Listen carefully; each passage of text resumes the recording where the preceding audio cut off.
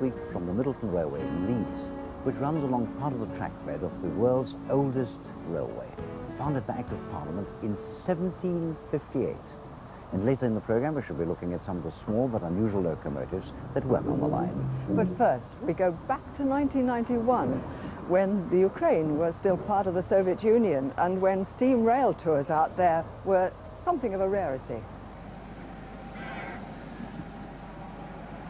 In the summer of 1991, the Soviet Union was in great turmoil. Glasnost and perestroika were radically altering the Soviet outlook, and events were happening that would have been unthinkable just a short time before. One such example was the introduction of a series of steam-hauled rail tours for the benefit of foreign tourists and enthusiasts, set up in conjunction with the Soviet business venture and British rail tour operators. This was one of the first to be organized and featured 3 steam locomotives. The E-Class 010, one example of many hundreds built.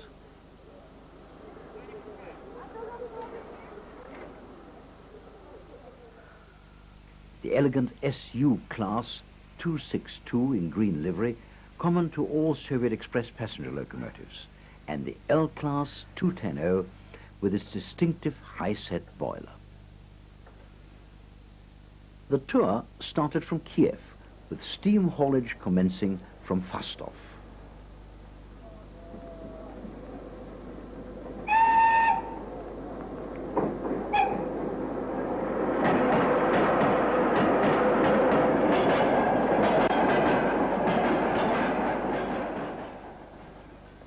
Frequent stops were made on the single-line section to allow trains to pass, this one being a Moscow-Kiev express.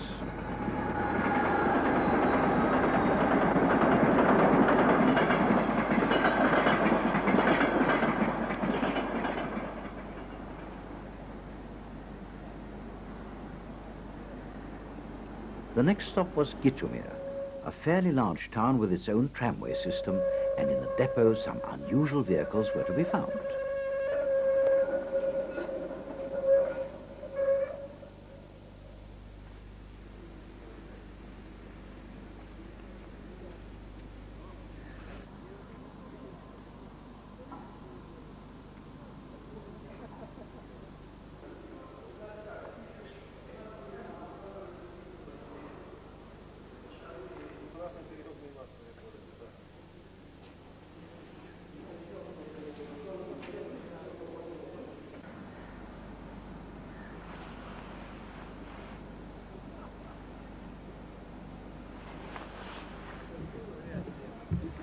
Several large locomotive depots were visited on the way, all with some dumped steam engines.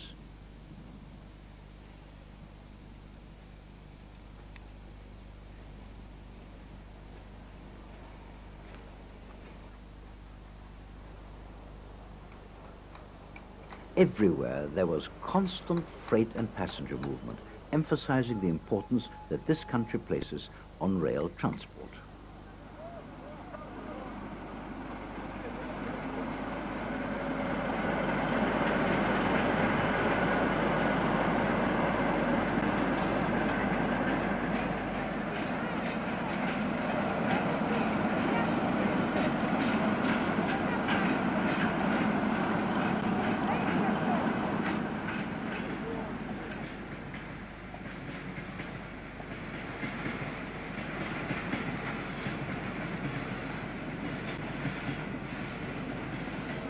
The Ukraine is predominantly flat. However, there are a few hilly sections. The L-class loco certainly proving its worth on this occasion.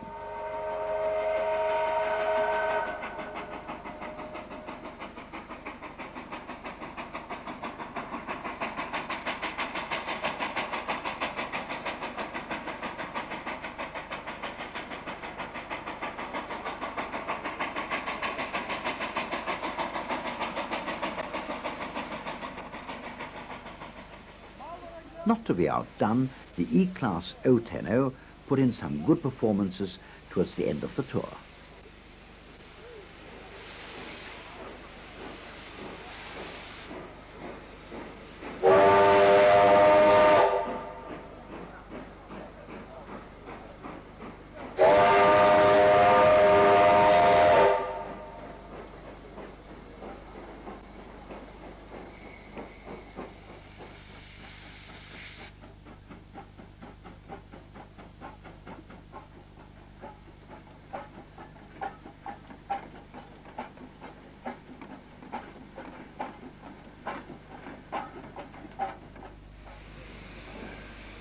At last, an example of working steam was found, although at the time of this visit there were several sites containing many stored locos as part of a strategic reserve program.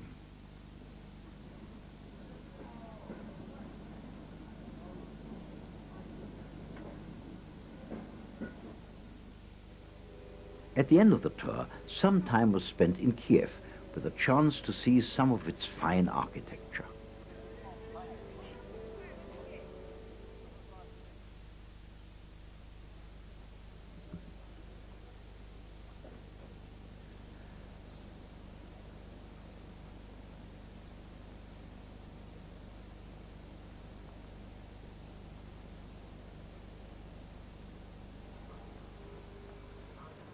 Also to be found in a local park was a narrow gauge railway, together with a steam loco, sadly no longer in use.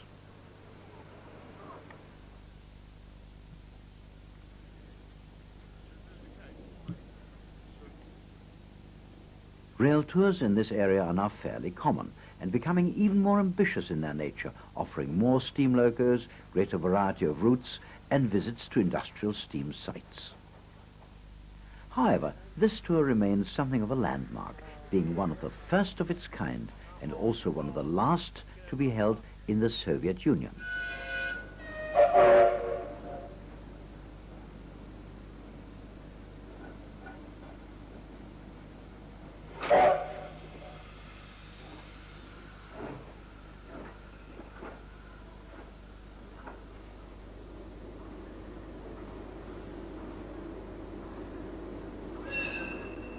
Over now to mainline VR for our regular look at some recent steam specials. April the 13th, 1993 was a special day in the mainline steam calendar. As well as being the day of the only North Wales Coast Express working, it also saw the bringing together of 3 Stania Pacifics number 6201 Princess Elizabeth working the Crewe to Llandudno section, 46229 Duchess of Hamilton taking over for the run to Holyhead and back, and finally 46203 Princess Margaret Rose for the final leg from Llandudno to Crewe. The trio were originally scheduled to work a series of shuttles between Nottingham and Sheffield on the 25th of April. The whole operation would have required no less than 27 BR staff passed for steam working. So it was decided to adopt a more modest approach in the form of the one North Wales coast working. Before the main train was due, Duchess of Hamilton and Princess Margaret Rose made their way to Llandudno in readiness for the second and third legs.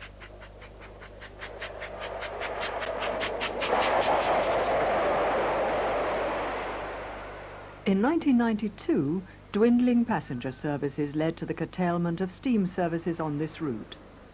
There was, however, no shortage of interest in this event, with photographers and enthusiasts invading the station and surrounding areas at Llandudno to view the 3 locomotives together.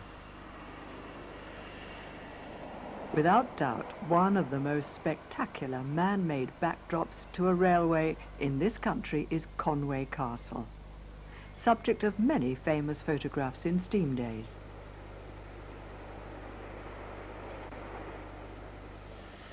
As there are no turning facilities at Llandudno, Princess Margaret Rose had to follow the main train all the way to Valley, near Holyhead, to be turned on the triangle there.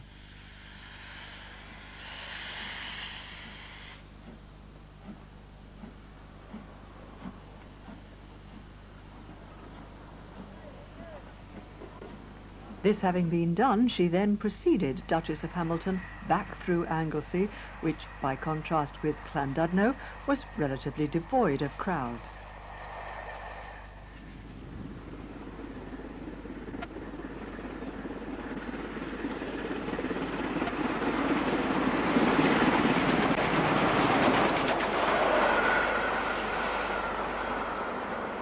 Princess Margaret Rose then duly completed the third leg, back to Crewe, marking the end of a unique event, the like of which had never been seen before.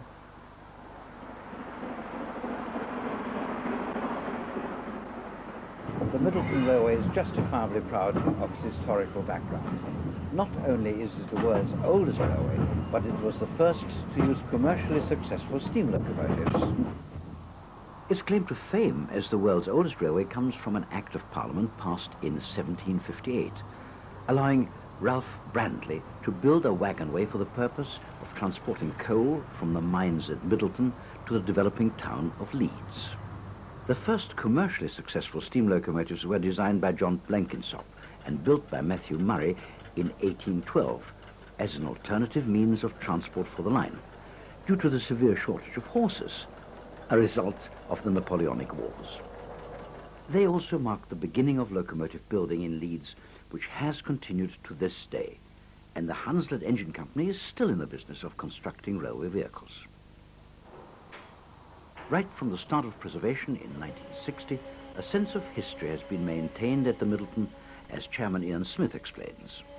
The Middleton Railway started off with one diesel loco, a very historic one at that though. It was the first diesel actually made by the Hunslet Engine Company in Leeds, built in 1932 and worked for the London, Midland and Scottish Railway. With a dummy chimney still making it look like a steam engine? No, that one wasn't. 7401, which is at the end of this line, doesn't have a dummy chimney. The chap who designed it thought that that would make it look too much like a steam engine. Now his rivals across the road were Hudswell Clark. They decided to put a dummy chimney on. The engine which is running the passenger services today, the diesel, they decided that they would put a chimney on it, and also the throttle looks just like a steam engine throttle, because they thought that it would be better to educate people to drive diesels if you did that. So it was again two different design schools in the same year, because both 7401 and Mary were built the same year. Now you've got some very unusual rolling stock too. We have indeed. The image that the Middleton Railway is sort of trying to recreate in industrial year is that of what we call an industrial paddy train. Many collieries and big firms had what we call paddy trains. Now they were fairly clapped out coaches. They didn't have seats in them. They had little wooden boxes for people to sit on. Now we're not quite that bad here. We've put seats in ours, but we've converted two mail vans into carriages, and they're more than adequate for the length of run we've got, which is 1.25 miles. In fact, people quite like them because one of them has got an American-style balcony on the back, and you can stand outside there and you can almost touch the steam engine as it's pulling you along, and people love that. One of the more unusual steam engines to be found on a preserved railway is the vertical boilered Sentinel shunting locomotive. Built in 1933, this is a single-speed engine, although some were fitted with a gearbox providing 2 speeds, slow and not quite so slow.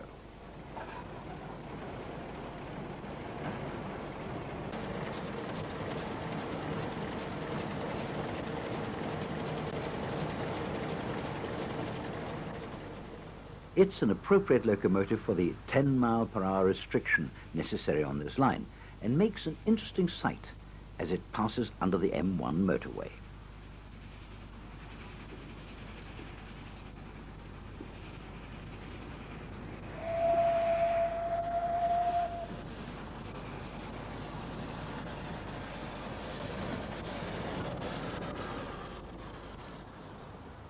Many people come to sample this delightful line, and also to learn about the true beginnings of railways and of the steam locomotives that worked here 17 years before Stephenson's rocket took its place in history.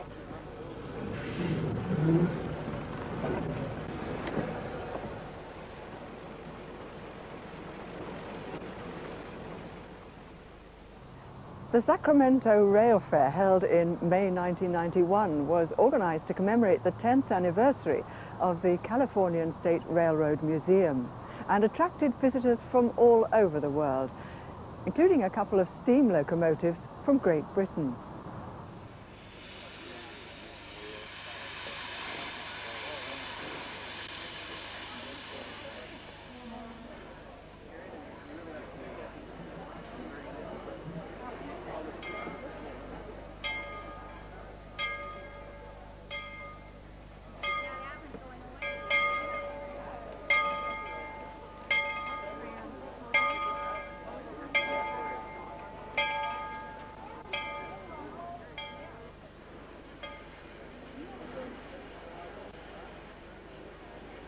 Locomotives of all ages were represented, one of the older ones being the Bear Harbor Lumber Company No. 1, built in San Francisco in 1892.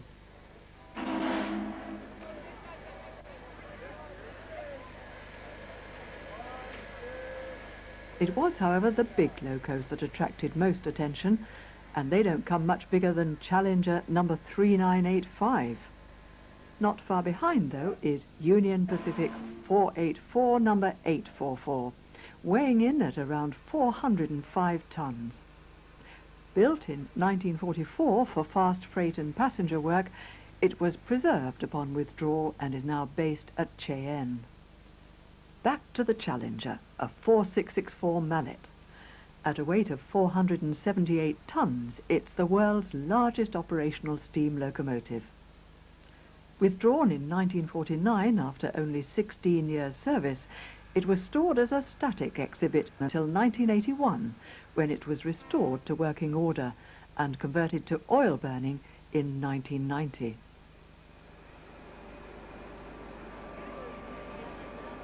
Diesel power was also represented, including the famous Centennial.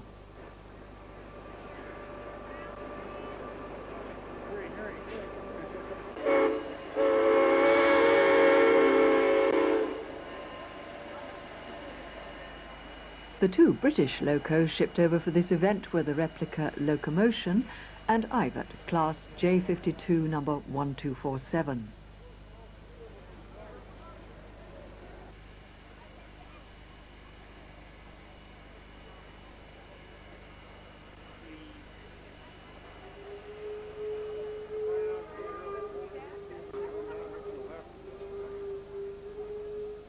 Another replica was Tom Thumb, the 1829 original being the first to pull passengers in North America. The sun doesn't always shine in California, and to prove the point, heavy rain was the order of the day as Challenger and 844 returned to their base on a special working.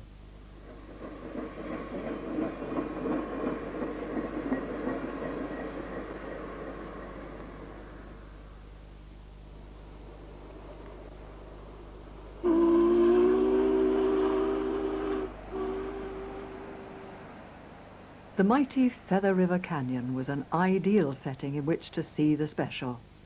Indeed, equally impressive was one of the gigantic freights under 8-headed diesel power, which are a regular feature here.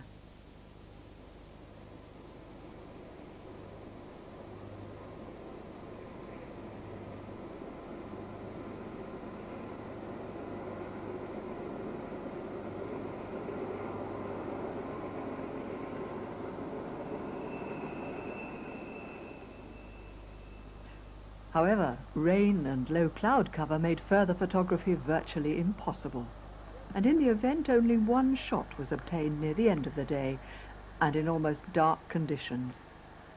It was well worth the wait, though. The sight and sound of close on 1,000 tons of steam locomotive and 22 coaches forging its way up the valley was an experience not to be missed.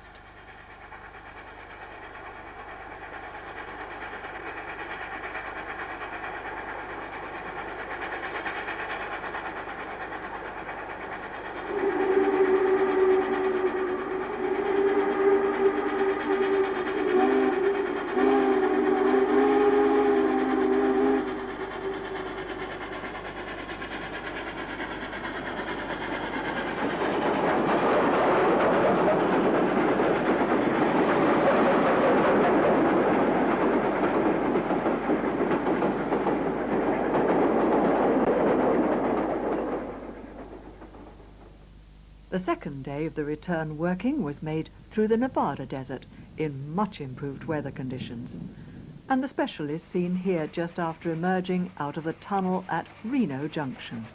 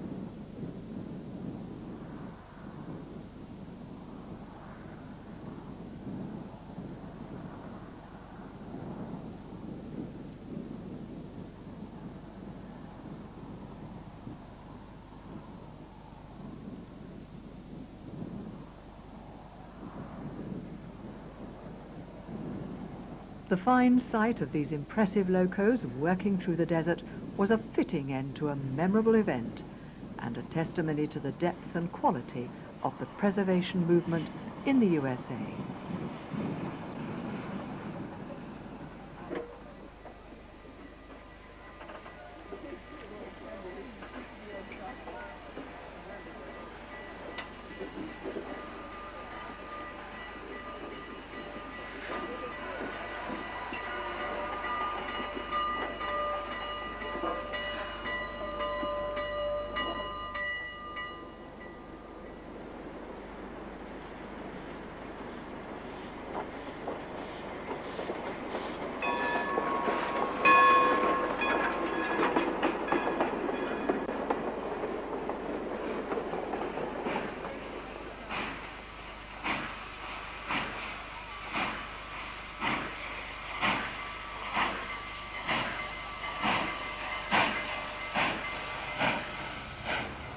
That's all from Making Tracks this week. In the next program, working steam will be featured, and we'll start by going to the former East Germany to see some of the narrow gauge lines still in existence. We'll also be visiting the fascinating and colourful country of Ecuador to see one of the world's great lines, still steam operated by an ageing fleet of Baldwin locomotives. The program will be coming from the North Yorkshire Moors Railway, one of the longest and most scenic preserved lines in the country. And we'll also have our regular feature on mainline steam. So until next week, goodbye. Goodbye. And in fact, you can see that programme tomorrow afternoon at the usual time, 1:45.